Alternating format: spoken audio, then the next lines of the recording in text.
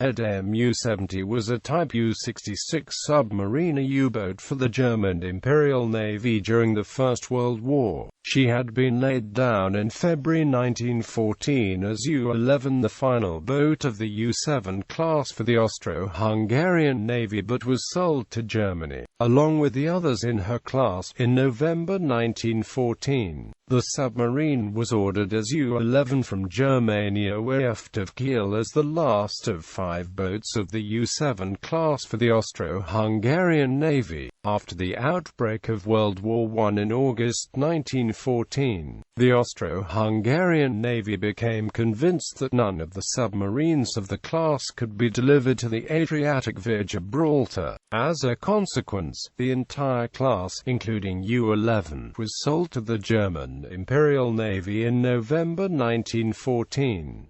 Under German control, the class became known as the U-66 type, and the boats were renumbered. U-11 became U-70, and all were redesigned and reconstructed to German specifications.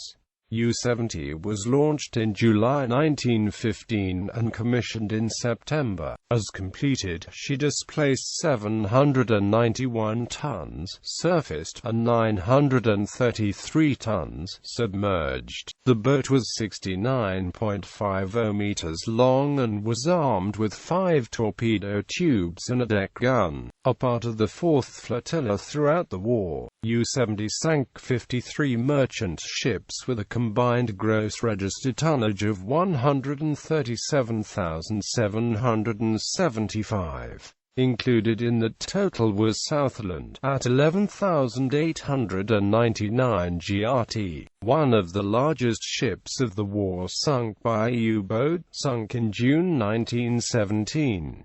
In addition, she sank 1 British Flower-class sloop and damaged 4 merchant ships. On the 20th of November 1918, 9 days after the armistice, U-70 was surrendered to the British. She was broken up at Bowness in 1920. Design and construction. After the Austro-Hungarian Navy had competitively evaluated 3 foreign submarine designs, it selected the Germaniawerft 506D design, also known as the Type UD, for its new U-7 class of 5 submarines.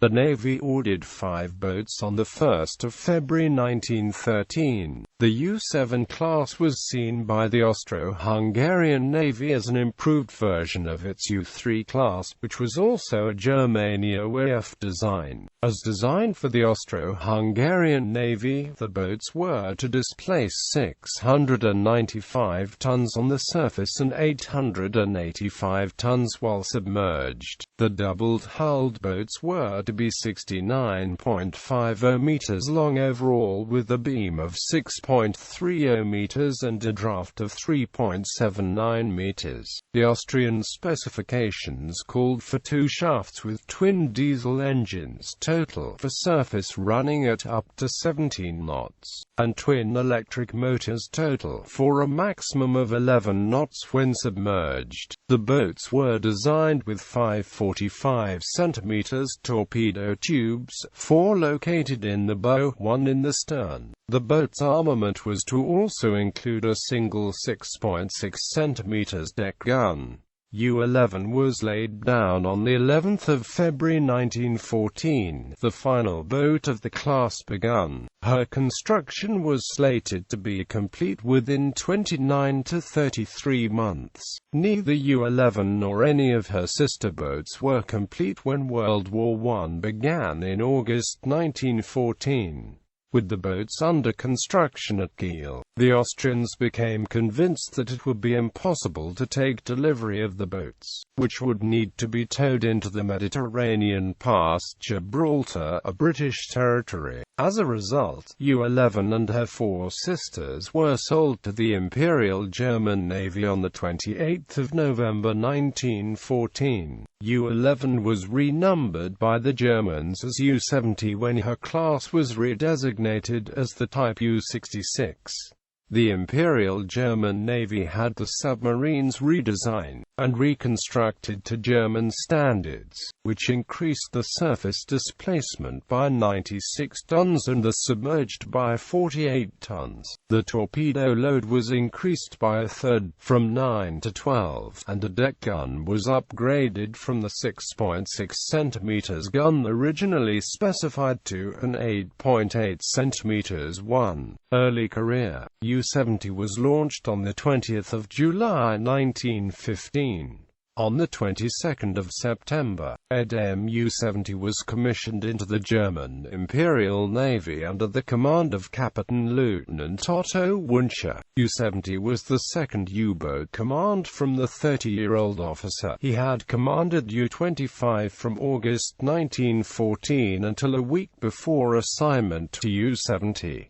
In January 1916, Wünsche and U-70 escorted the German blockade runner Marie through the North Sea. On the 9th of February, U-70 was assigned to the 4th Flotilla, in which she remained for the duration of the war. U-70 served as an escort again in late February, when she accompanied the German merchant raider Grief.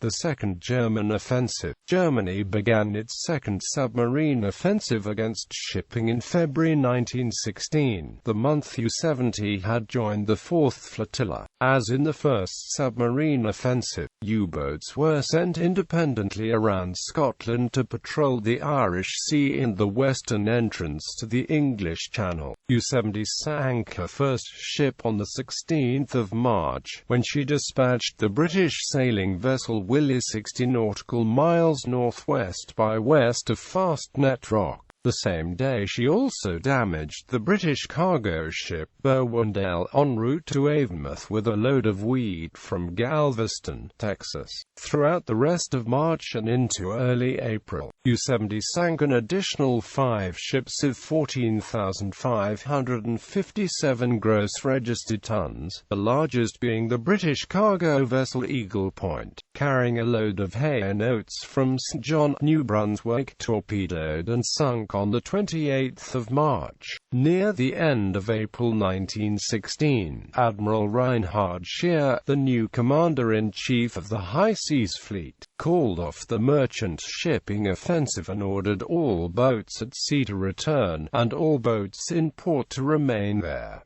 Grand Fleet ambush. In mid-May, Scheer completed plans to draw out part of the British Grand Fleet. The German High Seas Fleet would sortie for a raid on Sunderland, luring the British fleet across nests of submarines and minefields. U-70 was one of 4 U-boats that put out to sea beginning on the 18th of May to scout the central North Sea for signs of the British fleet. Completing 5 days of scouting, U-70, along with U-63, U-51, U-32, sister boat U-66, U-24, and U-52, took up position off the Firth of Forth on the 23rd of May. The other 2 other boats, U-43 and U-44, were stationed off Pentland Firth, in position to attack the British fleet leaving Scapa Flow. All the boats were to remain on station until the 1st of June and await a coded message which would report the sailing of the British fleet. Unfortunately for the Germans, the British Admiralty had intelligence reports of the departure of the submarines which, coupled with an absence of attacks on shipping, aroused British suspicions. A delayed departure of the German fleet for its sortie and the failure of 5 U-boats to receive the coded message warning of the British advance caused Scheer's anticipated ambush to be a complete and disappointing failure. Although U-70 had received the advance warning of the coded message, her crew did not ever see any part of the fleet. The failure of the submarine ambush to sink any British capital ships allowed the full-head fleet to engage the numerically inferior High Seas Fleet in the Battle of Jutland, which took place the 31st of May to the 1st of June. U-70's next success came in December when she sank the 5,587-ton British steamer Pascal on the 17th of December. Over the next month she sank an additional 15 ships. Unrestricted submarine warfare. From the early stages of the war, the British had blockaded Germany, preventing neutral shipping from reaching German ports. By the time of the so-called turnip winter of 1916–17, the blockade had severely limited imports of food and fuel into Germany. Among the results were an increase in infant mortality and as many as 700,000 deaths attributed to starvation or hypothermia during the war. With the blockade having such dire consequences, Kaiser Wilhelm II personally approved the resumption of unrestricted submarine warfare to begin on 1 February 1917 to help force the British to make peace. The new rules of engagement specified that no ship was to be left afloat. The first recorded action of U-70 under the new rules of engagement occurred near the end of February 1917, when the U-boat shelled the British-flagged SS San Patricio.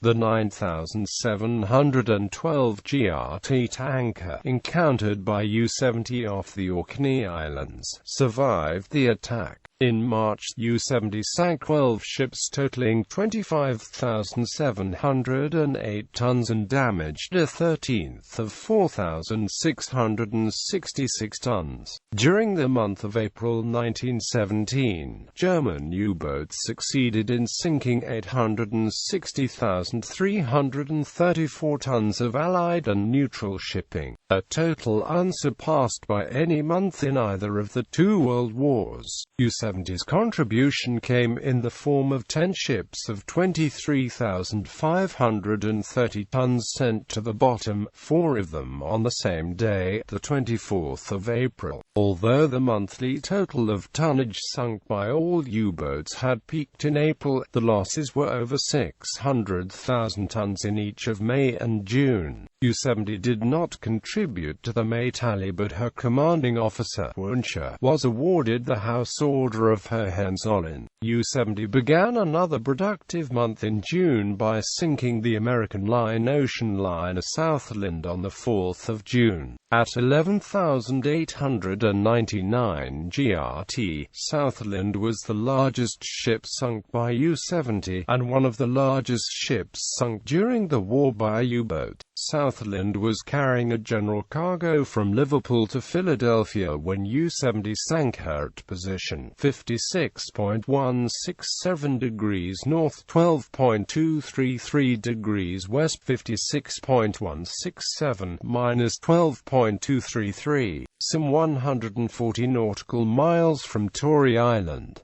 Throughout the rest of June, U-70 sank another 7 ships totaling 26,131 tons. After June 1917, U-70 only sank another 3 ships throughout the rest of the war, one of which was the British Flower-class sloop Rhododendron on 5 May 1918. Rhododendron had been constructed in 1917 as a purpose-built U-ship, a warship disguised as a merchant ship to lure German submarines within range of the concealed gun batteries. The sloop was patrolling off Mull Head in the Orkney Islands when struck by a single torpedo from U-70.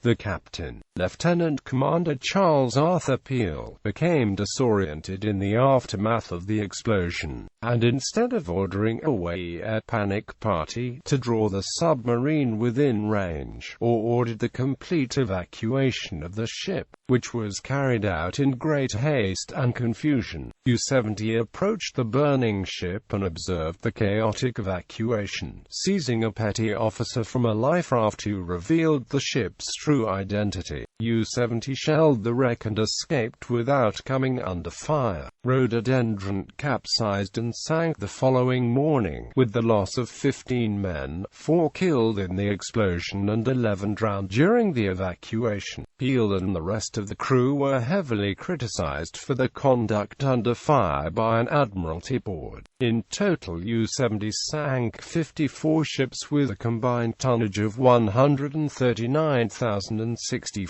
alive and damaged for with a tonnage of 20,369 in her 12 war patrols. She was surrendered to the British on the 20th of November 1918, 9 days after the armistice, and broken up at Bowness in 1920. Summary of raiding history. Bibliography.